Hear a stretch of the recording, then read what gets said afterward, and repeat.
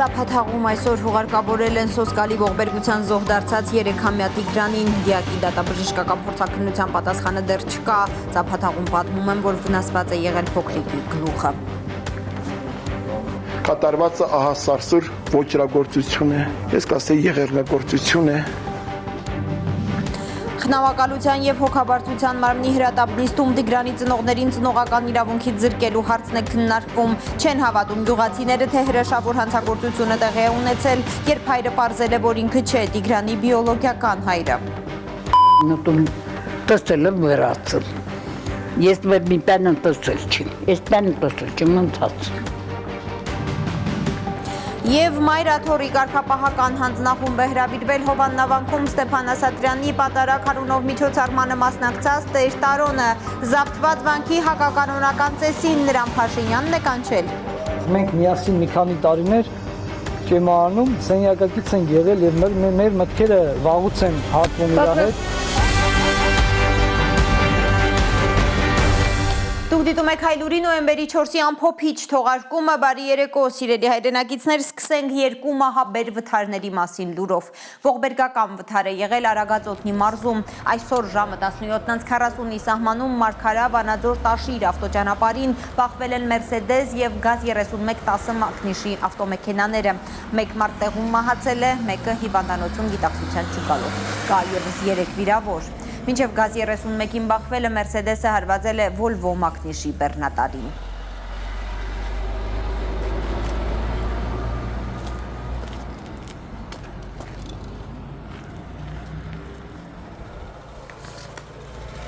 Մահվան ելքով եւս մեկ վթար Կոտայքում է եղել, Volkswagen-ը դուրս է եկել երթևեկելի գոտուց ու հայտնվել ձորում, գազաբալոնը պոկվել է։ Ֆոտոլրագրող Գագիկ Շամշյանը դեպքի վայրից հայտնում է, որ ուղևորը աշտարակ բժշկական կենտրոն տեղափոխվելու ճանապարհին է մահացել։ Նրան փրկարարները հայտնաբերել են մեքենայից մոտ 100 մետր հեռու փոսի մեջ։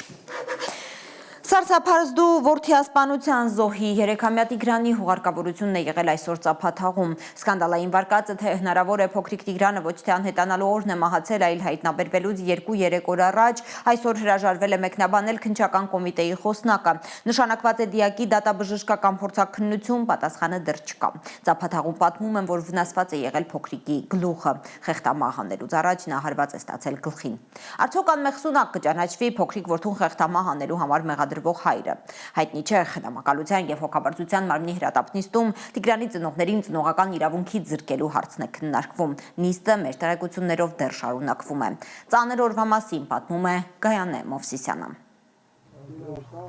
Ճերմակ դագաղի մեջ սպիտակ վիրակապով Տիգրանը նման չէ լուսանկարի ճպտացող փոքրիկ հրեշտակին։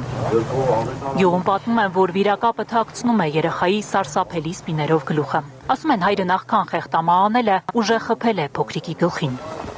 Կատարվածը ահա սարսուր ոչրագործություն է, ես կասեի եղեռնագործություն է։ Եվ ցավով եմ արձանագրում, որ սա կատարվում է մեր հայկական հասարակության կյանքում։ Տիգրանի մարմինը գտնելուց ներքին գործերի նախարարի սենսացիոն հայտարարությունից հետո, թե նախնական վարկածով հայրն է սպանել երեխային, ծափաթաղցիները երկու ճամբարի են բաժանվել։ Մի մասը վստահ է, որ հայրն է հրեշավոր հանցանքի հեղինակը։ Ասում են, թե այդ ընտանիքում երեխաների հանդեպ բռնություններ էլի են եղել։ Ըստ որոշ գյուղացիների, հայրը փոքրիկ Տիգրանին Սևանի ափին, անտառի մոտ է խեղտամահ արել, մարմինը թաքցրել պարկի մեջ։ Ու այն օրերին, երբ բոլորը շունչները պահած սպասում էին հրաշքի, գիշերները, երբ որոնողական աշխատանքները մթության պատճառով մինչև լուսաբաց դադարեցվել են, տեղից տեղ է տարել մարմինը, 10 մատի պես իմանալով գյուղի տարածքը։ Գյուղացիների մի մասի կարծիքով էլ անհնար է, որ Տիգրանի ֆիզիկական ու հոգեբանական ակնհայտ խնդիրներ ունեցող հայրը այնքան ճարպկություն ունենար, որ կարողանար հարյուրավոր ոստիկանների ձեռքից պլստալ։ Գուցե Տիգրանին ուրիշն է սպանել, կամ որոնումների առաջին օրերին փոքրիկը իրոք ողջ է եղել, խճճվել են Ծափաթաղում։ Այնքան հնարավոր չի, բայց կինոլոգները, դրոնները, այ բալա։ Եկեք տենայեք ընդեղ ասել գցելու տեղ չկար։ Այն դեպի Սևան այդ պլաշատկին, սաղ մեքենաներ էին։ Չի, ես չեմ կարծում, որ ինքը մի հատ էլ կոմենտ էին գրել, ասում մի հատ դե հիվանդոտ մարդ, ասում հիվանդի վրա կգցեն ու կանցնի կդնայել։ 7 օր ինքը ոնց է այդքան հեշտ է, ամբողջը գիտեք տեսակ որ գրիշներն էին ստուգում, կալոդեսն են ջուրը հանել ստուգել։ Անհնար էր, որ շները զգացած չլինեին արևի տակ օրերով մնացած դիակի հոտը։ Տիգրանի մայրն ասում է, այս հարցերից ոչ մեկի պատասխանը չգիտի։ Ամուսինն իրեն ոչինչ չի ասել, ոչինչ չի իմացել։ Եթե իմանայինք, կկանխեինք, ասում է Տիգրանի տատը։ Եթե իմանայինք կկանխենք, չգիտենք ասում եմ, ոնց ասենք, չգիտենք։ Գյուղում մարզում լավ են իմացել այս ընտանիքի դրությունը։ Պետական աջակցությունը սահմանափակվել է մի քանի զույգ կոշիկով, մի քանի արկղ սնունդով։ Հատուկ ռազմավարություն է պետք այդպիսի ընտանիքների համար, ասում է Մարտունու կանանց համայնքային խորհրդի նախագահը։ Այդ ընտանիքի համար պետք է ահագին լուրջ ռազմավարություն մշակվեր։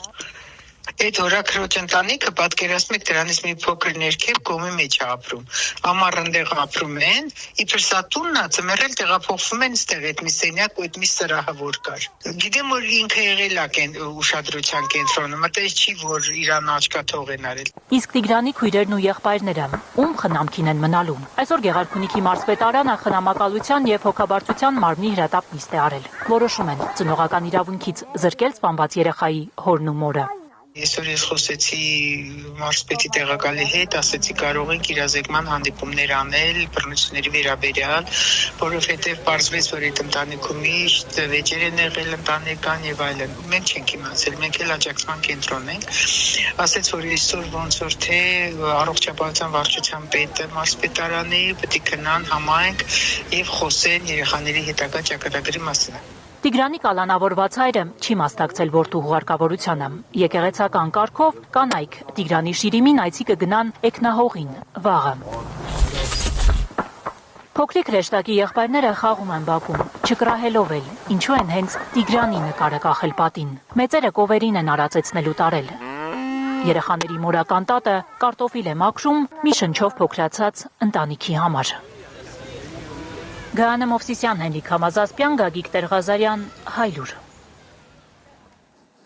ՔՊԱ-ական բլոգեր է սպանվել քաղաքացիական պայմանագրի տարածքային կառույցի անդամ բլոգեր Շմավոն Աթոյանի սպանության կասկածանքով արդեն կալանավորված կա։ Մինչև դեպքի մանրամասները հայտնի դառնալը իշխանական CVKM կայքը փորձել էր սպանությունը բարթել մեր ձևով շարժման վրա։ Երևանում սպանվել է բլոգեր Շմավոն Աթոյանը, որ ակտիվորեն քննադատում էր մեր ձևովին, այսպես էր վերնագրել կայքը իր հոդվածը։ Շարժման մամուլի խոսնակ Մարիաննա Ղահրամանյանը մեզ հայտնել էր, որ առաջին անգամ է լսում սպանվածի մասին եւ հույս ունի, որ սպանությունը շուտ կբացահայտվի։ Ավելի ուշ ժողովուրդը գրել է, որ սպանության պատճառը եղել է աղջկա հետ կապված մի հարց։ Մի աղջկա նեղացրել են, տղայական պարզաբանում է սկսվել 33-ամյա Շմավոն Աթոյանի վրա կրակել են։ Սավթված Հովաննավանքի հակականոնական ծեսին մասնակցած քահանա Տեր Տարոնը այսօր Մայրաթորի կարգապահական հանձնախումբ է հրավիրվել պարզաբանելու ինչու է ինքնակամ լքել ծառայության վայրը եւ մասնակցել Ստեփան Ասատրյանի Մայրաթորի բնութագրման բեմականացված հակականոնական արարողությանը։ Տեր Տարոնի հետ կապված կարգապահական հանձնախմբի նիստը տեղի է ունեցել, հարցը քննության կառնվի, որոշումը կհրապարակվի պատշաճորեն։ Նիստից հետո մեր թղթակցին հայտնել է Մայրաթորի տեղեկատվական համակարգի ղեկավար Տեր Եսայի Քահանա Արթենյանը։ Լրագրողներին ուրիշ հարց է հետաքրքրել, չի կարծում Տեր Տարոնը, որ Նիկոլ Փաշինյանը իրեն օգտագործում է իր նպատակների համար։ Ալբերտ Սերոփյանն է պատմում։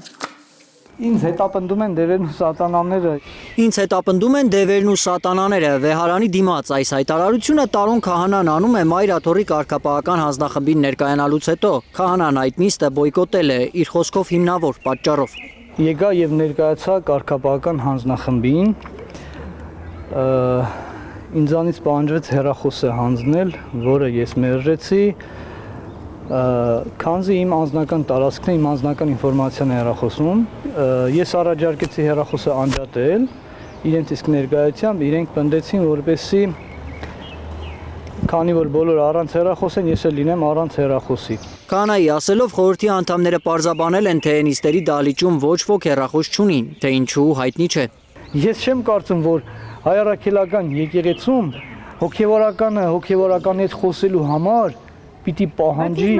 հեռախոսը ինչ որտեղ թողնել։ Դա ինձ համար արդեն իսկ աբսուրդ է։ Այլ պատճառ էլ ունի Տարոն Քահանան նիստին չմասնակցելու համար, ասում է կարգապահական հանձնախմբի անդամները իր սրտով չեն։ Հարց տվեցի, որ այս ներկա անդամներն են իմ հարցը քննելու,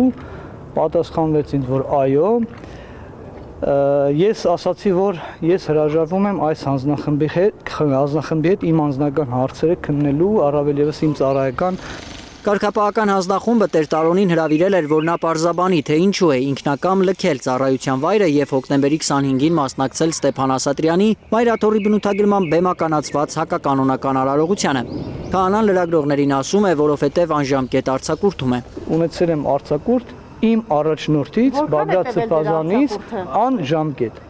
Այդ արձակուրդի, իհարկե լինում է, Բագրատ Սրբազանի պարագայում չի եղել։ Ժամկետը երբ լրացավ։ Եղել է, չէ՞։ Ըստ Մայրաթորի կարգապահական հանձնախմբի Տարոն քահանան պետք է պարզաբաներ նաև թե ինչու է հակաեկեղեցական հայտարարություններ արել։ Քահանան մեկ շաբաթ առաջ ասել էր, թե Ստեփան Ասատրյանի կարգալույց հռչակելու որոշումն անվավեր է։ Իր հարցով որոշումներն էլ անվավեր կհամարի, պնդում է Տեր Հայրը։ Քանի դեռ այս կազմն է կարգապահական հանձնախմբում, ես չեմ գալու։ Ըստ քահանայի Մայրաթորի կարգապահական հանձնախումբը չի կարող կարգալույց անել որևէ մեկին, քանի որ հանձնախմբի կազմում եկեղեցականներ են, որոնց մասին համացանցում կան տարբեր տեղեկություններ։ Դուք ասում եք ազատությունը տեղեկություն է հայտնվել եւ հերքում եմ, դա սուտ է, բայց մի քիչ առաջ ասում եք համացանցում տեղեկություններ կան, որը կարծես հավատում եք, որոնց դրանց իսկությանը չեք կասկածում։ Ես կարգապահական հանձնախմբին չասեցի, որ որևէ մեկը մեղավոր է։ Ես խնդրեցի, որպեսզի քննեն իրենց անդամների հարցերը։ Երբ որ կքննեն, երբ որ կպարզվի, կհրապարակվի, ամեն ինչը պարզ եւ ճշմարտացի կդառնա, հաստատված կդառնա, այն ժամանակ էլ ես իմ արձագանքը կանեմ եւ իմ պատասխանը կտամ։ Թե ում վարկն է ուզում որ քննեն Մայրաթորում չի գաղտնազերծում քահանան, բայց անվավեր է հռչակում տարբեր քահանաների կարգալույց անելու կարգապահական հանձնախմբի բոլոր որոշումները։ Ինչքան մարդիկ որ կան, որ այս ճանապարհով են կարգալույց արվել։ Ես իմ անձնական կարծիքն եմ ասում, ես կարծում եմ, որ այդ բոլոր մարդկանց կարգալույցությունը անվավեր է։ Տեր Տարոնն ակնարկում է, թե իրեն կարգապահական հանձնախումբ հրավիրել են նախորդ երկու կիրակիներին Հովաննավան գնալու պատճառով։ Եթե ինձ հիշում են Հովանավանքի դեպքերից հետո,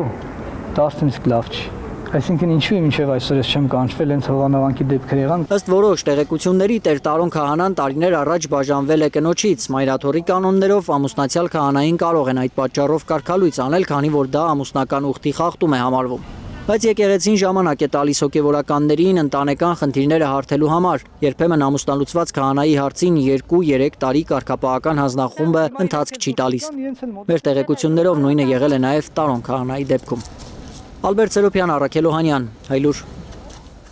Իսկ քվեականները նոր թափ են հաղորդում հակաեկեղեցական արշավին։ Բյուջե 2026-ի այսօրվա քննարկումից պարզ է դարձել, որ իշխանության թիրախում է նաև քվեական պատգամավոր Թագուհի Ղազարյանի բառերով ճեմարանի ռեկտորը։ Պատգամավորը հավանաբար նկատի ունի Գևորգյան հոգևոր ճեմարանի տեսուչ հոգեշնորհ Շահե Ծայրագույն Վարդապետ Անանյանին, որը դարձյալ Ղազարյանի ձևակերպմամբ ելույթ է ունեցել քաղաքական ցույցի ժամանակ։ Թագուհի Ղազարյանը ուզում է, որ ԿԳՄՍ նախարարը ուշադրություն դարձնի դրան։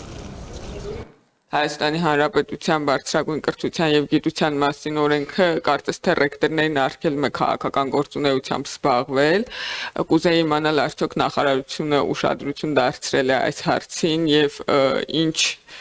քայլեր են ձեռնարկվել, եթե եղել են այդպեսին։ Մենք ներկայումս այդ ուրեմն միջադեպի քննարկման փուլում ենք եւ համապատասխան գրությամբ մեր դիրքորոշումը կարտացել ենք նաեւ ճեմարանի ղեկավարությանը, որովհետեւ մենք շատ ենք կարեւորում, որպեսզի բուհերը լինեն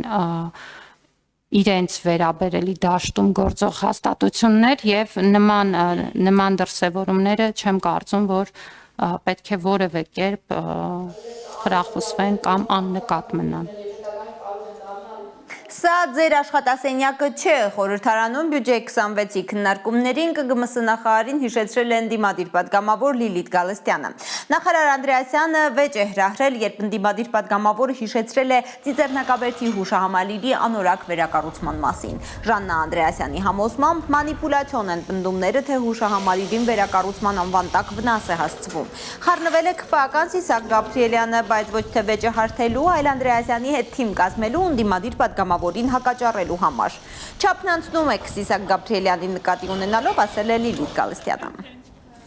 Մասնակի հեղինակային վերահսկողության պայմաններում նույնիսկ հեղինակներից մեկը Սաշուրը Քալաշյան ասաց, որ ուզում եմ իր բառը հիշեմ, չգիտեմ, ասաց ճուրտուպրթի ինչ որ բառադի մոտեցման բա իրականացվել։ Այստեղ որևէ խնդիր չեմ տեսնում։ Կներեք, բայց նույնիսկ մարդ իր անձնական ոնց ասեմ, անձնական ախորի նորոգման պարագայում այդ անորակ, այդ խառաշո են ասում, դրանց ինչ են ասում, այդպիսի շինարարական ընթացք չէր կազմակերպի։ Մեր յուրաքանչյուր այդ քարը բազալտը մոտ $1000 համարժեք ինքնարժեք ունենալու։ Տիկին Գալստյան, դուք քարի մասնագետ եք։ Ասենք այդ $1000 ինչի եք հնչեցնում։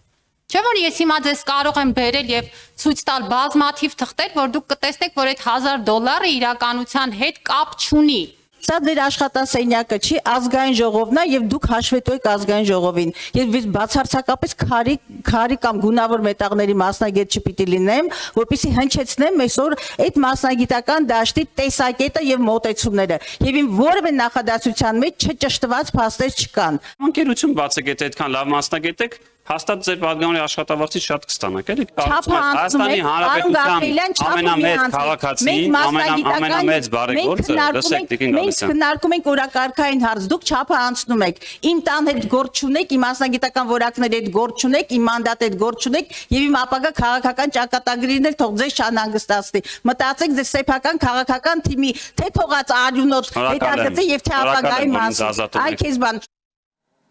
Մինչև թողարկման երկրորդ մասին անցնելը մի թեմա, որ հարվածում է յուրաքանչյուրիս գրպանին։ Չնայած հաջորդ տարի էլ կենսաթոշակների բարձրացում չի նախատեսվում, խանութների գնապիտակների թվերը անընդհատ աճում են։ Փաշինյանի դիմախոսները նկատում են անկանխիկ գնումների դիմաց ստացվող այսպես կոչված քեշբեքերով, իշխանությունը պարզապես փորձում է լրացնել թոշակառուների դժգոհության ձայնը։ Մինչև 2026 թվականը միջին կենսաթոշակը նվազագույն սպառողական զամբյուղի արժեքին հավասարեցնելու խոստումը տապալված է։ Խանութներում մսամթերքի բաժին ավելի լավ է չգնաք, եթե միայնակ թոշակառու եք։ Առաջին անհրաժեշտության ապրանքների կայծակնային թանկացումները այլ ելք չեն թողնում, քան ցուցափեղկերը շրջանցելը։ Եթե միս առնես, կարակ առնես, ինչ որ ուզենաս մի փոքր երշիկ առնես, ենթադրենք, 20,000-ից պակաս չի լինի։ Ամեն ինչն է թանկացել, թթվասերից վրնած, կատնաշորից, ամեն ինչ, միսը։ Այսօր միս եմ գնել միջոցառման համար եւ ինչ եմ գնել, երշիկ ու հաց, բավականին շատ 28,000։ Կիլոգրամներով միրգ բանջարեղեն գնելը վաղուց մոռացել են մարդիկ, ամեն ինչից 1-2 հատ են առնում։ Թեթև են գրպաններդ, թեթև է նաեւ տոպրակդ։ Նույն գնով միևնույն ապրանքը հաջորդ օրը չես գտնի խանութում։ Ապրանքները ամեն օր թանկանում են 200-ից 300 դրամով։ Անկառավարելի ինֆլյացիա է այս ապրանքների վրա, որտեղ ամեն օր եմ գալի, թարմ եմ առնում եւ ամեն օր ես տեսնում եմ այդ աճը։ 200, 250, 300 դրամ ամեն օր։ Օրինակ այս ռուլետները 900 էին, հետո դառան 1000, հետո ավել եւ այլն։ Նույն էլ կատնամտներքը։ Նույնիսկ ձեթ, պանիր, կաթ ու կարակ հնարավոր չէ գնել խղճուկ թոշակներով, ասում են տարեցները։ Եթե կողքից երեխաները չօգնեն, ինչ որ մի օգնություն չլինի, հնարավոր չի։ Կոմունալները մոռանում եք, որ այդքան կոմունալ ենք, մանավանդ ձմեռը։ Աշխատանքի եւ սոցիալական հարցերի նախարարությունը հաջորդ տարի կենսաթոշակների բարձրացում չի խոստանում։ Փոխարենը որոշել են հունվարից բարձրացնել հետվճարների տոկոսները։ Բանկային քարտով առևտուր անելու դեպքում թոշակառուները ամեն հաջորդ ամսվա կենսաթոշակի հետ կստանան գնված ապրանքի արժեքի մինչև 20%-ի հետվճարը։ Վերլուծելու իրավիճակը մենք 2026 թվականի համար կենսաթոշակների եւ նպաստների բարձրացման շրջանակում հետվճարի մեր գործող ծրագիրը 12-ից դարձնելու ենք 20%, ինչը եթե թվերով արտահայտենք, ենթադրում է, որ այսօրվա միջինում մեկ ուրեմն շահառուն ստանում է հետվճար 4100 դրամ, այդ թիվը կմոտենա 7000-ի։ Թող չմանիպուլացնեն մարդկանց, ասում են տնտեսագետները, հետվճարը մերօրյա թանկացմանը համարժեք չէ։ Նախ հետվճարային համակարգը իրականում թոշակի բարձրացմանը չի փոխարինում, երբ որ ասում են բարձրացնում ենք հետվճարի տոկոսը, իրականում չեն ասում ամենակարևորը, որ ընդամենը ամսական այդ հետվճարի չափը ավելանալու է 4000 դրամով։ Գազի, լույսի, ջրի կոմունալ վճարումներից մեր թոշակառուները հետվճար չեն ստանա, նկատում է տնտեսագետ Թադևոս Ավետիսյանը։ Չեն ասում, որ հիմնական մի ծախսային ուղղության վրա այս հետվճարը չի տարածվում։ Եթե մեր սիրելի տատիկներն ու պապիկները վճարում են կոմունալ ծախսերի համար, հետվճար դրանից չեն ստանում։ Իշխանությունը փորձում է հետվճարով մարդկանց բերանը փակել, քանի որ 7 տարվա ընթացքում չկարողացավ կատարել նախընտրական խոստումը, ասում է Ավետիսյանը։ Մինչև 26 թվականը միջին կենսաթոշակը պիտի հավասարվեր նվազագույն սպառողական զամբյուղի արժեքին։ Այսօր 55,000 դրամ է միջին կենսաթոշակը, իսկ ամսական նվազագույն սպառողական զամբյուղն արժե 75-ից 85,000 դրամ։ Զարուհի Սահակյան, Նորայ Շարբաթյան, Հարություն Մաթևոսյան, Հայլուր։ Սիրելի հայրենակիցներ, այժմ համառոտ այն մասին, թե ինչ ունենք թողարկման երկրորդ մասում։ Ալիևը Սևանի փոխարեն Գյոյչայի ասում, որովհետև չի հրաժարվում զավթողական թեզերից, թե որովհետև Հայաստանի ազգային ժողովում ընդդիմադիրների սեղաններին Արցախի դրոշներն են դրված։ Ալիևի ադրբեջաներեն մտքերը հայեր են, արդարացնում է Փաշինյանը։ Ասում են, բա ինչ է միջև մի ազգային ժողովում Լեռնային Ղարաբաղի դրոշները դրա։ Որ իրանք տենց է, եկեք մենք ասենք Գյոյչա։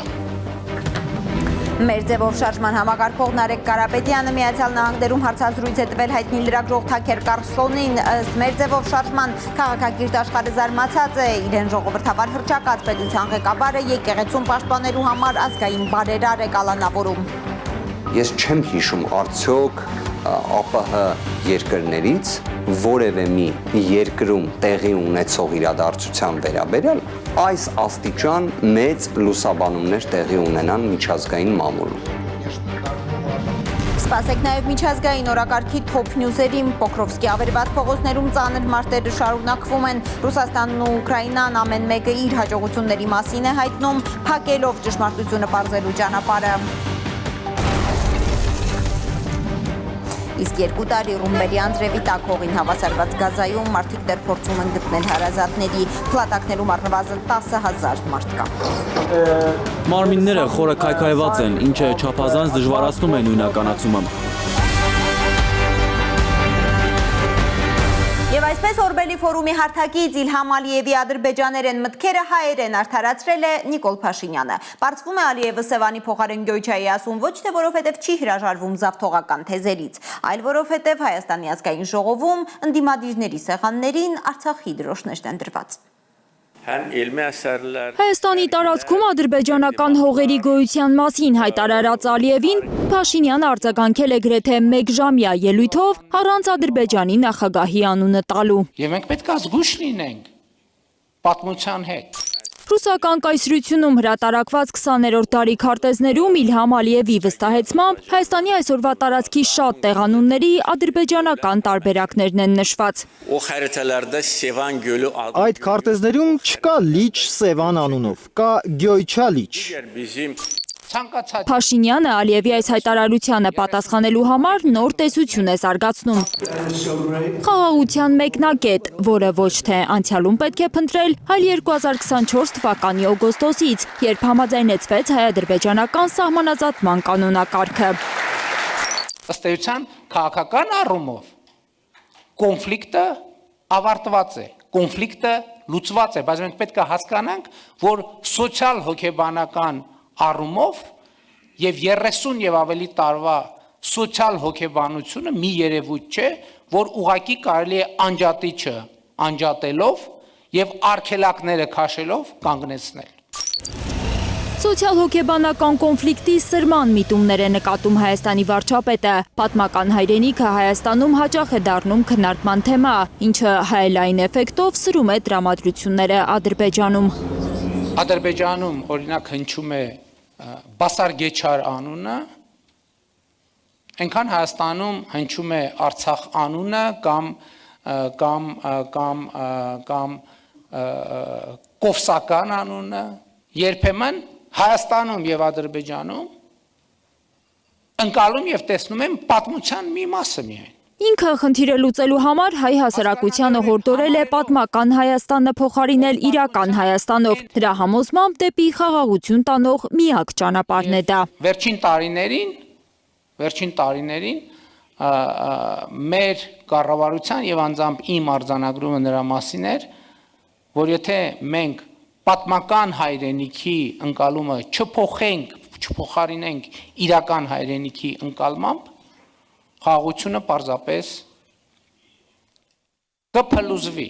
Ալիևի հիշատակած 5 քարտեզներից օրինակներ ինքն էլ կարող է բերել։ Ինչպես խորհրդային ժամանակաշրջանում ստեղծվում էին կիրովականներ եւ կիրովաբատներ, Բայց սա Փաշինյանի կարծիքով ճիշտ ճանապարհ չէ։ դա սխալ ճանապարհ է։ Ճիշտ ճանապարհին չենք նաև մենք հայերս Փաշինյանի կարծիքով, որովհետև ազգային ժողովում ընդդիմության սեղաններին դեռ Արցախի դրոշներ կան։ Դա Հայաստանի պաշտոնական դիրքորոշումը կասկածի տակ է դնում Ադրբեջանում։ Ադրբեջանում էսպիսի դիսկուրս կա, ասում են Հայաստանը ճիշտ չի ասում, կեղծում են, որ տարածքային ամբողջականությունը ճանաչել են Ադրբեջանի։ Ոնց են հիմնավորում, ասում են, բա ինչի է միջև մի ազգային ժողովում Լեռնային Ղարաբաղի դրոշները դրած։ Դե իրենց ընկալումն է։ Դե ասում են, դե եկեք մենք որ իրանք տենց է, եկեք մենք ասենք գյոյ չա։ Սևանա լճի մասին Ալիևի հայտարարությանը ուղիղ պատասխան ակնկալելով հանրային ռադիոյի լրագրողը հարցնում է. արդյոք դա խաղաղության գործընթացից հետ քայլ չէ։ Ձեր հարցով իրականում դուք ինձ շատ դժվար վիճակի մեջ եք դնում։ Փաշինյանը չգիտի արձագանքել Ալիևի հայտարարությանը, թե խմբագրել լրագրողի հարցը, որ Ադրբեջանի նախագահը հողում էր արել ռուսական կայսրության հրատարակած քարտեզներին, խոսելով Սևանի իբր ադրբեջանական անվան մասին։ Հիմա եթե ես այսպես վարվեմ, եւ ասեմ, գիտեք ինչ, Ադրբեջանի նախագահը ոչ թե ասելա, որ Սևանա լճի անունը Գոյչայա, այլ ասելա, որ եթե նայենք ցարական Ռուսաստանի քարտեզներին, այնտեղ չկա Սևանա լիճ, կա դժվար է նրանով, որ ես փոխանակ ձեր հարցին պատասխանեմ, նախ պիտի պարզաբանեմ, թե ինչ ասել Ադրբեջանի նախագահ։ Այս պատասխանից կարելի է հասկանալ, որ Փաշինյանը իր ադրբեջանցի գործընկերոջ խոսքերում տարածքային հավակնություններ չի տեսնում։ Չնայած որ Ալիևը խոսել է նաև իբրև թե իրենց պատմական հողեր ադրբեջանցիների վերադարձի մասին ու հորդորել հայ հասարակությանը չվախենալ։ Ադրբեջանցիների վերադարձը ներկայիս Հայաստան չպետք է վախեցնի հայ ժողովրդին եւ պետությանը։ Մենք պետք է վերադառնանք մեր պատմական հողերը մեքենաներով, ոչ թե տանկերով։ Tanklarla yox,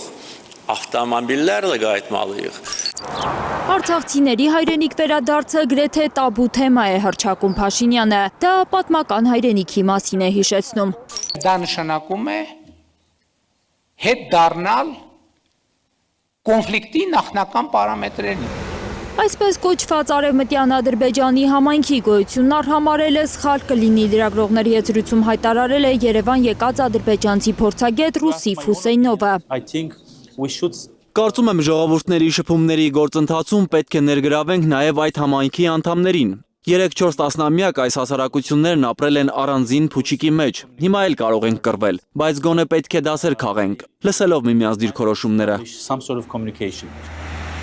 Ըստ ադրբեջանցի փորձագետների Զանգեզուրի միջանցքի վերաբերյալ Բաքվի դիրքորոշումը տարբերվում է Հայաստանում տարածված կարծիքից։ Զանգեզուրի միջանցքը ավելի լայն հասկացություն է, քան թրիփը։ Երբ մենք ասում ենք միջանցք, դա բացասական նրբերանգ չունի։ Հայաստանում դա այլ կերպ են ընկալում։ Ադրբեջանցիների խոսքով դեռ հստակ չէ, թե ինչ է նշանակում այդ ճանապարհով անխոչնդոտ անցումը։ Դա կարող է լինել եւ էլեկտրոնային համակարգ առանց անձնական ստուգումների, կարող է նշանակել նաեւ այլ մեխանիզմ։ Լիլիթ Սարգսյան, Անի Ղանդիլյան, Հայլուր։ Հայաստան-Ղազախստանից ցորեն բերող 15 վագորանոց գնացքը Ռուսաստանից դուրս գալով Ադրբեջանի ու Վրաստանի տարածքով ուղևորվել է Հայաստանի Դալարի կայարան։ Այնտեղ պետք է բեռնաթափվի 1048 տոննա ցորենը։ Տեղեկությունը ադրբեջանական ԱՊԱ գործակալությունն է հայտնել։ Այսօր ավելի վաղ Նիկոլ Փաշինյանը շնորհակալություն էր հայտնել Իլհամ Ալիևին այդ որոշման համար։ 2 շաբաթ առաջ Ղազախստանում էր Ադրբեջանի ղեկավարը հայտնել, որ վերացրել է դեպի Հայաստան բեռների տարանցման բոլոր սահմանափակումները։ Այս ցորենը կմտնի Հայաստան։ Նիկոլ Փաշինյանին դիմախոսները չեն բացառում, որ Թբիլիսին մեզ համար փոքրիկ խնդիրներ ստեղծելու նպատակով փակի ցորենի ճանապարհը։ Երևանյան Եվրանեստից հետո են ավելի լարվել հայ-վրացական հարաբերությունները։ Ընդունված բանաձևը կասկածի տակ է առնում Վրաստանի իշխանության լեգիտիմությունը։ Կռիվ է ընկել հայերի ու վրացիների միջև Երևանյան Եվրանեստից հետո։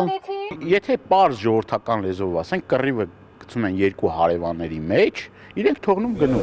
Երևանի ու Թբիլիսիի հարաբերությունները լարվել են, քանի որ Եվրանեստում ընդունված բանաձևը կասկածի տակ է դնում Վրաստանի իշխանության լեգիտիմությունը, կեղծված համարելով Վրաստանի վերջին խորհրդարանական ընտրությունները։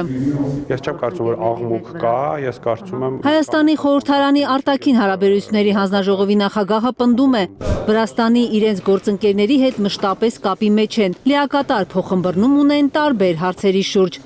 Խանդանյանը պարզաբանում է, վրացիներին բարկացրած ձևակերպման հետ իրենք ոչ մի առնչություն չունեն։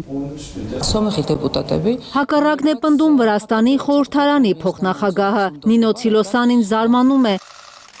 Աղմկոտ բանաձևն ընդունած Հայաստանի իշխող մեծամասնությունը անվստահություն է հայտնում Թբիլիսի այցելած Փաշինյանին։ Հայաստանի վարչապետը պաշտոնական այցով Վրաստանում էր եւ տարբեր հանդիպումներ է ունեցել ժողովրդի կողմից ընտրված կառավարության հետ։ Աջակցելով մի բանաձևի, որը պնդում է, թե Վրաստանի կառավարությունը լեգիտիմ չէ, նրանք անվստահություն են հայտնում իրենց իսկ վարչապետին։ Խանդանյանը շարունակում է արդարանալ, քվեարկության է դրվել ամբողջական բանաձևը, որը եվրոպացի զեկուցողներն են ձևակերպել։ Վրաստանի մասին պարբերությունը իրենք չէին կարող փոխել կամ հանել։ Ամեն ինչի մասին է բանաձևը, Հայաստանի մասին, Ադրբեջանի մասին, Վրաստանի, Մոլդովայի, Ուկրաինայի, այս բոլոր երկրների եւ Եվրամիության հարաբերությունների մասին է։ Խանդանյանի խոսքով Երևանյան բանաձևում շատ կարևոր ձևակերպումներ են եղել։ Կարևորվել են հայ-ադրբեջանական Վաշինգտոնում համաձայնեցված փաստաթղթերը, սահմանազատման գործընթացի շարունակականությունը, Հայաստանի ինքնիշխան տարածքից ադրբեջանական զորքի դուրսբերումը, կոմունիկացիաների ապաշրջափակումը եւ խաղաղության հաստատումը հարավային Կովկասում։ Եվ ակնհայտ է, որ Հայաստանը չէր կարող դեմ քվեարկել այս ամբողջական բանաձևին, այսինքն ամբողջական բանաձևին մենք կողմ ենք քվեարկել։ Բայց կային նաև պարբերություններ Վրաստանի մասին, որը Վրաստանի կառավարող ուժին դուր չեն գալիս, դա կոպիտ ասած մեր գործը չէ։ Ամեն ինչ լավ ծանրութեթև պետք է անեն ՔՊԱ-ականները, հատկապես երբ հարցը վերաբերում է հարևան Վրաստանին, ասում է Հայաստան խմբակցության падգամավոր Գառնիկ Դանիելյանը։ Նրա խոսքով իշխանականները պետք է ձեռնպահ քվեարկեին բանաձևին, որպեսզի չլարվեին Վրաստանի հետ հարաբերությունները։ Բանաձևը ընդունել են, գնացել է, բայց Հայաստանի Հանրապետության համար կրկնում եմ, սա կենսական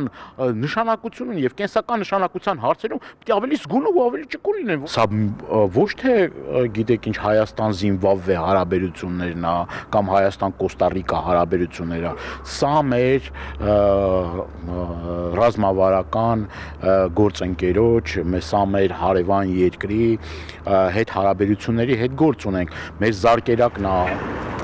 Ընդդիմադիր падգամավորը չի բացառում նաև, որ Թբիլիսին հայ բեռնափոխադրողների համար փոքրիկ խնդիրներ ստեղծելով փորձի դաս տալ Հայաստանի իշխանությանը։ Կարա եւ վրացական կողմը ասի ձեռք բերված պայմանավորվածությունները առ ոչինչ չեն։ Որովհետեւ դուք ինձ լեգիտիմ իշխանություն չեք համարում։ Կարեն Մանգասարյան, Միլենա Պողոսյան եւ Էլեն Յահինյան, Հայլուր։ Մեր ձևով շարժման համակարգող Նարեկ Կարապետյանը Միացյալ Նահանգներում հարցազրույց է տվել ամերիկացի հայտնի լրագրող Թաքեր Կարլսոնին, որը հարցազրույցներ է վարել Միացյալ Նահանգների, Ռուսաստանի այլ գերտերությունների ղեկավարների հետ։ Մեր իշխանական քարոզիչները միանգամից բազմաթիվ զրոներով թվեր են հրապարակել, վստահեցնելով, թե Կարապետյանի թիմը կլորիկ գումանվել տվել հարցազրույցը պատվիրելու համար։ Հարցազրույցի համար որևէ լումա չի ծախսվել, վստահեցրել է մեր ձևով շարժման ներկայացուցիչը, շեշտելով, որ Միացյալ Նահանգներում մեծ ուշադրությամբ հետևում են Հայաստանում տեղի ունեցող վերջին զարգացումներին։ Քաղաքակիրթ աշխարհը զարմացած է, որ իրեն ժողովրդավար հռչակած պետության ղեկավարը եկեղեցուն պաշտպանելու համար ազգային բարերար է կալանավորում։ Միացյալ Նահանգների նախագահ Դոնալդ Թրամփ, Դաշնության ղեկավար Վլադիմիր Պուտին, Իրանի նախագահ Մասուդ Փեզեշքյան, այս անգամ Նարեկ Կարապետյան։ Ամերիկացի աշխարհահռչակ քաղաքական մեկնաբան Թաքեր Կարլսոնի տաղավարում աշխարհի առաջնորդներից հետո մեր ձևով շարժման համակարգողն է։ Ինչ հարցեր է տվել Կարլսոնը Հայաստանի քաղաքական դաշտում լուրջ հայտ ներկայացնող շարժման կարևոր դեմքերից մեկին դեռ հայտնի չէ։ Անսպասելի հարցազրույցի մասին տեղեկացնող այս կարճ տեսանյութն է առայժմ միայն հրապարակվել մեր ձևով շարժման Facebook-յան էջում։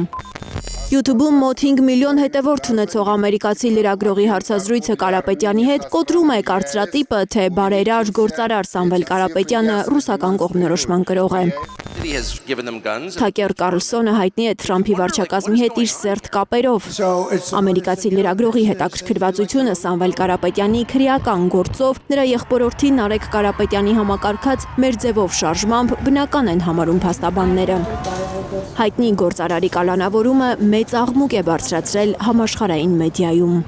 Հայաստանի ամենահարուստ մարդը Սամվել Կարապետյանը ավելի քան 110 օր կալանավորված է։ Հայաստանի ամենահարուստ մարդը բանտում է, նրա բիզնեսը արգրաված, ընտանիքը դա քաղաքական հաշվեհարդար է համարում։ Սենսացիոն բացահայտում Կարապետյանի քաղաքական հետապնդումը ստվեր է գցում Հայաստանի վարչապետի Վաշինգտոն այցի վրա։ Հայաստանում ուժերի ցուցադրություն է Հայաստանի վարչապետի եւ երկրի միակ էներգամատակարար ընկերության սեփականատիրոջ միջև։ Կովկասում ժողովրդավարությունը վտանգված է։ Սամվել Կարապետյանը կալանավորվել է հայ առաքելական Սուրբ եկեղեցուն աջակցելու համար։ Ֆրանսիական Le Monde-ից մինչև ամերիկյան New York Post, բրիտանական Financial Times-ից մինչև In-Depth News։ Միջազգային մեծ ճանաչում ունեցող պարբերականների առաջին էջերին են Սամվել Կարապետյանի շուրջ իրադարձությունները։ Ինչպես է ստացվում, որ աշխարհահռչակ նման իրավաբաններ եւ փաստաբաններ եվրոպական հենց երկրները ներկայացնող Մեծ Բրիտանիայից մինչև Ֆրանսիա, այնուհետև Ֆրանսիայից մինչև այլ եվրոպական երկրներ խոսում են նույն այս գործի մասին։ Ես չեմ հիշում արդյոք ԱՊՀ երկրներից որևէ մի երկրում տեղի ունեցող իրադարձության վերաբերյալ կոնկրետ մի քրեական գործի այս աստիճան մեծ լուսաբանումներ տեղի ունենան միջազգային մամուլում։ Արամ Վարդևանյանի խոսքով համաշխարհային մեդիային ցնցել է Սամվել Կարապետյանի գործը ոչ միայն նրա հեղինակության, այլև նրա դեմ բացված գործի անհեթեթության պատճառով։ Քենեդի սպանության հանգամանքները բացահայտող նման պատասխանատու առաքելությամբ օժտված էին 7 անդամներ, իսկ Սամվել Կարապետյանի մեր ձևով կմասնակցենք եկեղեցու պաշտպանությանը, արտահայտությունը որպես քրեական գործ վերածելու եւ այդ ընթացքում իբրև քննություն անելու համար կան 53 քննիչներ։ Գիտեք, սա եւս մի ցուցիչն է, որ մեզ մոտ իսկապես իրավական աբսուրդ է տեղի ունենում։ Փաստաբանի խոսքով չես գտնի գոնե մեկ եվրոպական երկիր, որտեղ մարդը նույնիսկ 1 ժամով կալանավորվի այն բանի համար, ինչի համար ավելի քան 130 օր կալանավորված է Սամվել Կարապետյանը։ Միջազգային մի շարք հեղինակավոր պարբերականներ անդրադարձել են թե այն տեսանկյունից, որ այսպես ասած ազգությամբ հայ Forbes-ի ցուցակում գտնվող նախկինում երբևէ չարատավորված Սամվել Կարապետյանը կալանավորված է Հայաստանում եւ ինչպես նաեւ այն տեսանկյունից թե ինչ է կատարվում ընդհանրապես Հայաստանում։ Վարդևանյանը ցավով է արձանագրում միջազգային մամուլում հայտնի գործարարի սկանդալային գործի մասին հրապարակումները ստվեր կարող են գցել Հայաստանի ներդրումային վարկանիշի վրա։ Միջազգային ներդրողները աչքի առաջ ունենալով Սամվել Կարապետյանի նկատմամբ իրականացվող փաստաբանի գնահատմամբ ապօրինությունները կխուսափեն մեր երկրում ներդրումներ անել։ Լիլիթ Գասպարյան, Հարություն Մաթևոսյան, Արմեն Ապրեսյան, Հայլուր։ Գյումրիի ավականին նոր անդամներ ունի քաղաքի կառավարումը ստանձնած ընդդիմությունը հնարավորն անում է հանրապետության երկրորդ քաղաքում կառավարման ճգնաժամը բացառելու համար։ Հայտնի է, որ կառավարող կոմունիստական կուսակցություն խմբակցությունից քաղաքապետ Վարդան Ղուկասյանից բացի ազատազրկվել են ավականու անդամներ Գևորգ Ղուկասյանը, որը Վարդան Ղուկասյանի եղբոր թոռն է, Սեդրակ Սահակյանը։ Քաղաքտեղնոլոգները պնդում են ՔՊ-ի Գյումրին զավթելու սցենարը խափանելու համար Կոմկուսի անազատության մեջ գտնվող ավականու բոլոր անդամները պետք է հրաժարվեն մանդատներից։ Կոմկուսականները հետևել են այդ խորհրդին, Գևորգ Ղուկասյանն ու Սեդրակ Սահակյանը վայր են դրել մանդատները։ Թիվ 31 ընտրատարածքային ընտրական հանձնաժողովը այսօր Ղուկասյանի եւ Սահակյանի մանդատները հանձնել է Սամսոն Էլբակյանին եւ Տիգրան Ավագյանին։ Մի բայց կա միայն Տիգրան Ավագյանը եւս բանտարկված է։ Նա ավականու մանդատը դեռ չվերցրած կալանավորվել է Վարդան Ղուկասյանի ձերբակալման օրը Վարդանանց հրապարակում զանգվածային անկարգություններին մասնակցելու կասկածանքով։ Տիգրան Ավագյանը մանդատից մինչև այս պահը չի հրաժարվել։ Իրեն նկատմամբ խափանման միջոց են դրված։ Դատարանի վճռով ինքը անգործունակ չի ճանաչված, դրա համար մենք մանդատը տրամադրում ենք։ Կարող է վաղը ազատ արձակվել։ Դեռ քանի որ դեռ դատարանի վճիռ չկա, Մանդատը տրամադրվում է Տիգրան Ավագյանին։ Կարող է շատ ստացած լինել ներկայացնել։ Չէ, արդեն այսօրվանից ինքը արդեն պետք է մանդատից հրաժարվի, եթե հրաժարվելու է։ Էլ արդեն ցուցակից ելնելու դիմում չի կարող արդեն այս պահից Սամսոն Մգրտիչի Էլբակյանը եւ Տիգրան Վարդգեսի Ավագյանը համարվում են Գյումրու ավականու կոմունիստական կուսակցության կողմից խմբակցության անդամներ։ Հեռուստատեսության եւ ռադիոյի հանձնաժողովի նախագահ Տիգրան Հակոբյանը, որ բյուջե 2026-ի քննարկումների համար է այսօր գնացել ազգային ժողով, լրագրողների հետ զրույցում հայտարարել է, որ չի նայում հանրայինի լուրերը։ Ընդհանրապես պարտավոր չէ որևէ բան նայել, բայց խոսքից հասկանում ենք, որ 5-րդ ալիք երբեմն նայում է։ Ես զարմանում եմ այդ զարմանքից, թե ինչ կա զարմանալու այս։ Հանրային հեռուստաընկերության տնօրենը զարմացած է։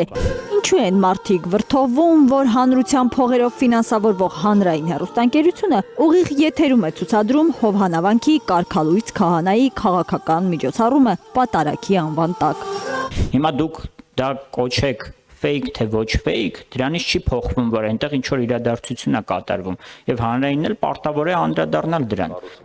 Իրադարձությունը լուսաբանում ենք, շարունակում է Մովսիսյանը, նրան հակադարձում է ընդդիմադիր падգամավորը։ Եթե ուղակի իրադարձություն լուսաբանող եք, ինչու եք շրջանցում ընդդիմությանը վերաբերող իրադարձությունները։ Հանրայինը, որպես հեռուստաընկերություն, այդ նախանձախնդրությունը չի ցուցաբերել մեկնաբանելու, պատկերելու, հանրությանը ներկայացնելու ընդդիմության հանրահավաքները։ Այդ դրանք միգուցե իրադարձություն էին, բայց ես խոսում եմ պատարագի մասին, եւ պատարագը իրադարձություն չէ։ Պատարագը հայաստանյաց առաքելական Սուրբ եկեղեցու, այն եկեղեցու, որը սահմանադրությամբ ճանաչված է իր բացառիկությամբ, նրա ծիսակարգն է։ Փաշինյանական իշխանության օրերին պատարագը խեղվում է, հայ առաքելական եկեղեցու հեռուստաընկերությունը շողակաթը եթերազրկվում։ Իշխանականները 2026 թվականի հունվարի 1-ից կրճատում են հանրային հեռարձակողների պարտադիր քանակը։ 3 հեռարձակողից մնում են 2-ը, երրորդը շողակաթը եթերազրկվում է պատճառաբանությամբ։ Կրթական հաղորդումներ գրեթե չունի, հիմնականում հոգևոր հաղորդումներ է սփռում։ Իսկ նոր 2020 թվականի օրենքով շողակաթը ոչ թե հոգևոր մշակութային, այլ կրթական մշակութային ալիք պետք է լինի։ Հայաստանի Հանրապետության օրենսդրությունը արգելում է կրոնական կազմակերպություններին հեռուստատեսություն հիմնելու միջոցով քարոշտ կրոնական քարոշչությամբ զբաղվել։ Ինչ պետք է մնացած կրոնական կազմակերպություններին արգելված լինի, իսկ շողակաթին թույլատրված լինի։ Անպատասխան է մնում հարցը ԿՓ-ի 7-ամյա իշխանությունը ինչու հենց հիմա հակաեկեղեցական արշավի ֆոնին հիշեց, որ շողակաթը օրենք է խախտում։ Կրթական մշակութային ալիք պետք է լինի, բայց հոգևոր մշակութային է։ Այս սենյակում մենք տասնյակ անգամներ ենք այդ մասին խոսել։ Ես մի բանը որ լսում եմ, ես դրանով զբաղվում եմ, ես անում եմ, նորից եմ ասում։ Մեր կարծիքը անտեսվել է, միգուցե մենք մի բան ենք առաջարկում։ Հեռուստատեսության եւ ռադիոյի հանձնաժողովի նախագահը հայտարարում է, ՀՌՀ-ն հաշ չէ շողակաթը եթերազրկելու որոշման հետ։ Կարելի էր շատ ավելի արդյունավետ ու ճիշտ լուծում գտնել։ Միևնույն ժամանակ Հակոբյանի խոսքով հեռուստաընկերությունների օրենքի փոփոխությունից հետո շողակաթը չփոխվեց, չկատարեց կրթական մշակութային ալիք դառնալու օրենսդրական պարտականությունը։ Եթե դուք բերեք 2-3 հաղորդում, որը շատ ափսոս էին, որ փակվեց շողակաթում, հա, հեռուստաընկերությունում, ես ձեզ կհասկանայի, գրեթե չկար, հավատացնեմ ձեզ։ Տիգրան Հակոբյանը լրագրողների հետ զրույցում հայտարարում է. պարտավոր չէ բոլոր հեռուստաալիքների բոլոր հաղորդումները նայել։ Հանրայինի լուրերը չի նայում։ Բայց հասկացնում է 5-րդ ալիք երբեմն նայում է։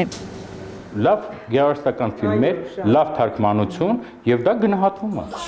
Արփիս Քեսյան, Միլենա Պողոսյան, Էլեն Յահինյան, Հայլուր։ Վերադառնանք օրվա գլխավոր թեմային ծափաթաղից անհետ կորած եւ 7-օրյա որոնումներից հետո սպանված հայտնաբերված 3-ամյա Տիգրանի քույր ու եղբայրները այս պահին տեղափոխվում են Հով։ Այդ մասին լրատվամիջոցներին ասել է Գեղարքունիքի մարզպետարանի առողջապահության եւ սոցիալական հարցերի վարչության գլխավոր մասնակետ Մամիկոն Գալոյանը։ Ինչպես հայտնեցինք թողարկման սկզբում Գեղարքունիքի մարզպետի աշխատակազմի նախաձեռնությամբ խնամակալության ու հոգաբարձության մարմինը այսօր հրատապ նիստ էր հրավիրել Տիգրանի ծնողներին ծնողական իրավունք իրավունքից զրկելու երեխաների հետագա խնամքի կազմակերպման հարցը որոշելու նպատակով։ Փորձագետները որոշել են, որ երեխաները անհապաղ պետք է հով տեղափոխվեն։ Մամիկ Օնգալոյանը ավելի վաղ հայտնել էր, որ երեխաների մոր հետ իրենք զրուցել են։ Նա ասել է, չի ուզում մնացած 4 երեխաներին տանեն, թող երեխաներս մոտս մնան, խնդրել է նա։ Նրան բացատրել են, որ այս պահին երեխաները ավելի լավ է այդ միջավայրում չմնան, թեկուզ 1 ամսով, 10 օրով կամ 1 շաբաթով, բայց գնան հով։ Միջազգային լուրերին անցնենք, Ռուսաստանը հայտարարել է, որ իր զորքը սեղմում է ուկրաինացիների շրջափակման օղակը Պոկրովսկում։ Դա տրանսպորտային եւ լոգիստիկ հանգույց է, որը ռուսական կողմը փորձում է գրավել ավելի քան 1 տարի։ Դաշնությունը հայտնում է նաեւ Խարկովի մարզի Կուպլյանսկ քաղաքում շրջափակված ուկրաինական զորքը սեղմելու մասին։ Երկու դեպքում էլ Ուկրաինան հերքում է, թե ռուսներին հաջողվել է նեղը գցել իրենց։ Ուկրաինացի զինվորականները հայտարարում են, որ ռուսական զորքերը որևէ շրջան ամբողջությամբ չեն վերահսկում։ Իսկ նախագահ Զելենսկին սպառազինության բարտերային ծրագիր է կարծես սկսում, կպատմի Ծովինար Բարխուդարյանը։ Ռուսական եւ ուկրաինական բանակները շարունակում են կատաղի պատերազմել Պոկրովսկում։ Սա միակ լուրն է, որ հաստատում է թե Մոսկվան, թե Կիևը։ Կողմերի պաշտոնական հաղորդագրությունները խիստ հակասական են։ Ուկրաինայի գլխավոր հետախուզությունը Պոկրովսկ Թեմուր հատուկ նշանակության ջոկատի հաջող ներթափանցման մասին է հայտնել։ Ըստ ուկրաինական կողմի, բացված ցամաքային միջանցքի շնորհիվ շուտով Թեմուրին հատուկ նշանակության լրացուցիչ ուժեր կմիանան։ Ռոդինսկոյայի ծայրամասում ուկրաինական 14-րդ բրիգադի դիրքերը հողին հավասարեցնելու համար ռուսները ավիառումբեր են օգտագործում։ Ըստ Ռուսաստանի պաշտպանության նախարարության, Պոկրովսկի եւ Միրնոգրադի շուրջ օղակն ավելի են սեղմել ռուսները։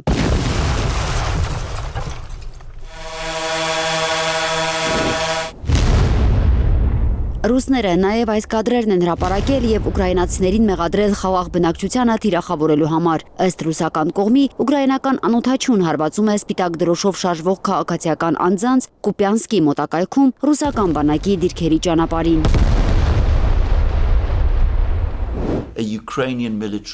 Ռուս-ուկրաինական ռազմաճակատը մշտադիտարկող բրիտանացի ռազմական վերլուծաբան Ալեքսանդր Մերկուրիսը պնդում է, որ ուկրաինացիների գործերը լավ չեն։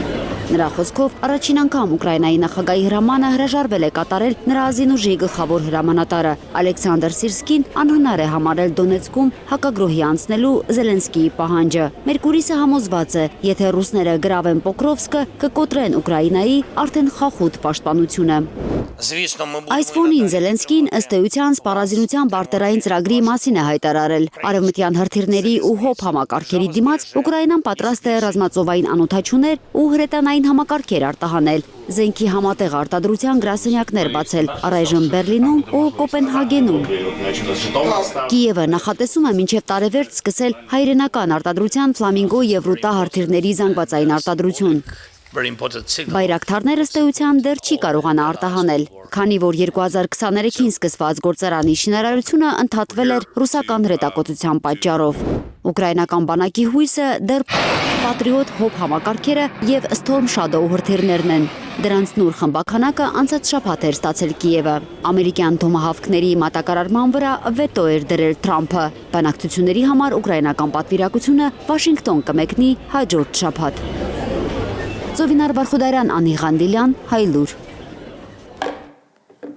2 տարի ռումբերի անձրևի տակ հողին հավասարված Գազայում մարդիկ դեռ փորձում են գտնել հարազատների։ Փլատակներում առնվազն 10,000 մարդ կա, բայց առանց սարքավորումների որոնումները վտանգավոր են։ Մարիամ Ամիրջանյանն է պատմում։ Կարմիր խաչի միջնորդությամբ Իսրայելն ու Համասը շարունակում են մասունքներ ու մարմիններ փոխանակել։ Իսրայելը հաստատել է 3 մահացած պատանների ինքնությունը։ Կիրակի էին եգիպտական բուլդոզերները Գազայի հատվածի տարբեր տեղերում փլատակներից հանել հրյաների մասունքները։ Իսրայելական լրատվամիջոցները կասկածել էին, թե հայտնաբերված մասունքները հրյաների են պատկանում։ Դատաբժշկական փորձաքննությունը ապացուցեց, որ դրանք պատկանում են իսրայելցի գնդապետի, կապիտանի եւ մի 19-ամյա սերժանտի։ Թել Ավիվի պնդմամբ դեռ 8 իսրայելցու մարմին կա Գազայում։ Հրադադարի համաձայնագրից հետո Իսրայելի կառավարությունը գրեթե ամեն օր մեղադրում է Համասին մարմինների փոխանակումը ձգձգելու համար։ Պաղեստինյան խմբավորումը արդարանում է, իսրայելական ռումբերից ավերված քաղաքի փլատակներում մարմիններ գտնելը բարդ է։ 2 տարվա պատերազմից հետո Գազայի հատվածում 61 միլիոն տոննա բեկոր ու հողային շերտ է կուտակվել։ Որոշ փորձագետների գնահատմամբ փլատակներում առնվազն 10,000 մարդ է մնացել։ Մարմինները դուրս բերելու համար ամենակիչը 9 ամիս կպահանջվի։ Դժոխք հիշեցնող քաղաքում եգիպտական բուլդոզերները հրյաների են փնտրում, իսկ հուսահատ պաղեստինցիները հարազատներին։ ՄԱԿ-ը զգուշացրել է, վտանգավոր է առանց սարքավորումների որոնումները, փլատակներում կարող է չպայթած զինամթերք լինել։ Անհետ կորած պաղեստինցիների հստակ թիվ չկա։ Մահացած, իսրայելական բանտերում գերեվարված, թե ողջ են նրանք, ոչ ոք չգիտի։ Խան Յունիսի Նասեր հիվանդանոցում դեռ տասնյակ մարմիններ կան, որոնք Իսրայելից Գազա են տեղափոխել Կարմիր խաչի միջնորդությամբ։ Պաղեստինցիները հերթ են կանգնում նույնականացման համար։ Հենց նոր մահացածների են բերում, գալիս ենք հիվանդանոց, միակ եղբորս մասին տեղեկություն չունենք, գուցե նրանցից մեկն է, դեռ ոչինչ չգիտենք։ Նույնիսկ երբ փնտրում ենք դրանց թվում, մենք չենք կարողանում ճանաչել նրան, բոլորը նույն մաշկի գույնն ունեն։ Մարմինները խորը քայքայված են, ինչը չափազանց դժվարացնում է նույնականացումը։ Մենք գրեթե չենք կարողանում փաստեր հավաքել ընտանիքներին օգնելու համար։ Մինչև հիմա Գազա տեղափոխված 270 մարմիններից ընդամենը 77-ին են նույնականացրել։ Մյուսներին եղբայրական գերեզմանում են թաղել։ Մարիամ Ամիրջանյան, Արմեն Ապրեսյան, Հայլուրի համար։ Դուք դիտում եք Հայլուրի նոյեմբերի 4-ի ամփոփիչ թողարկումը։ Շնորհակալություն ուշադրության համար։ Կհանդիպենք։